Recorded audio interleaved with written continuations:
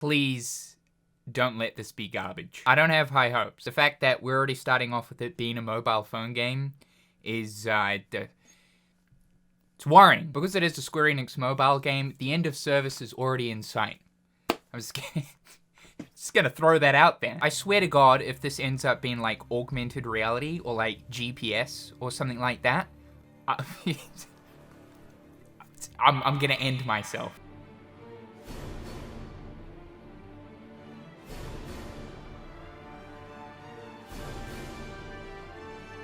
Julim? Dissidia Julim?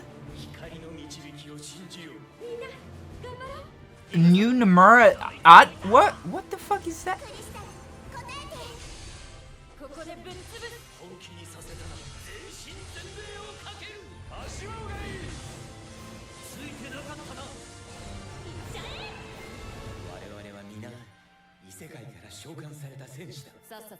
Quadratum Final Fantasy?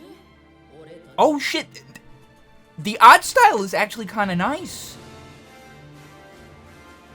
So it's like turn-based, right? It's sort of like Opera Omnia, I think, which honestly isn't a bad thing.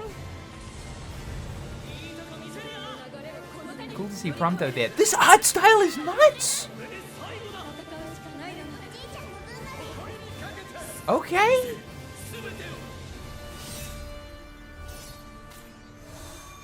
Julim?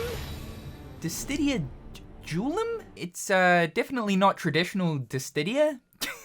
Apparently the characters are known as ghosts, so maybe it's a case where Final Fantasy characters are sent to modern day Tokyo. Like, you know, very much almost like Kingdom Hearts 4 type thing. The KH-forifying Final Fantasy before we even get Kingdom Hearts 4. These new Tetsuya Nomura art pieces, gorgeous. But I'm in love with like the anime sort of cel-shaded-esque type art style they got going on for the characters. Like Zidane, Terra, I think, is that Lulu? So when we were initially talking about this, I was thinking, okay, it sounds like it's gonna be a PvE type thing. And it sort of looks like it is 2 teams versus monsters in exhilarating battles. You can also see down here, this looks like your characters or abilities, and they have the different like rarities on them: super rare, rare, ultra rare. Of course, this is a Square Enix mobile game. Gacha is absolutely going to be here, and the characters will be a part of that gacha system. Not really fully understanding, though, how this game actually plays. Like, is it turn-based, or do you get to control the characters in real time? God, the art style is so cool, though. The fact that this art style has been subjected to a mobile game kills me. It's pretty cool. You get to customize your Final Fantasy characters with different pieces of clothing. It's kind of interesting to see the different characters with like normal modern day non-fantasy-esque clothing, as if, yeah, like they've literally been quadratumified. Although actually it doesn't look like it is going to be co-op, because it says here that it's a rival team. So 3 vs 3 team boss battle arena. What is it though? Are we competing against the other team when versing monsters, and whoever does the most damage against the monsters or whatever ends up being victorious? I'm not too sure. This is certainly not Dissidia, though, at least looking at traditional Dissidia. I actually do think aspects of this game, though, are happening in real time, because up here you can actually see like a map with the direction of where your player character is like facing, and here we can also see Prompto aiming at the enemies. And we've also got the on-screen like joystick. So maybe parts of it are actually real-time, which in that case, honestly, that gets me a little bit more interested. Look, I know for people that enjoyed Opera Omnia, which that was a service that ran for a really long time, considering it had a lot of popularity behind it. I know people that were into that are going to probably get a kick out of this. I dipped into it for a few months there, and while turn-based isn't generally my thing, I actually did enjoy it while I was playing it. Of course, though, when you hear that Square Enix is going to be making a new Dissidia, you want a traditional Final Fantasy fighting game, right?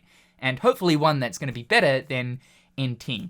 And unfortunately, this just ain't it. I think what is cool to know, though, is that Square Enix are clearly putting a lot more effort into their mobile games. For the ones that are still coming through, as they are axing pretty much all of them, the newer ones that are coming through look like they are more premium titles. If you think of like Ever Crisis, Final Fantasy XIV Online, what was going to be Kingdom Hearts Missing Link, and now this, they're all relatively premium mobile phone games. Maybe aside from Final Fantasy XIV, still not quite to the same degree as something like Wuthering Waves or Genshin Impact, but still, compared to Square Enix's previous mobile games, yeah, it certainly looks like they're upping the quality there. It's just the thing is, it's hard to have faith in Square Enix mobile games, especially new ones, considering that they just end up killing these after a certain amount of time. So it will be interesting to see how long this lasts, but given that Opera Omnia had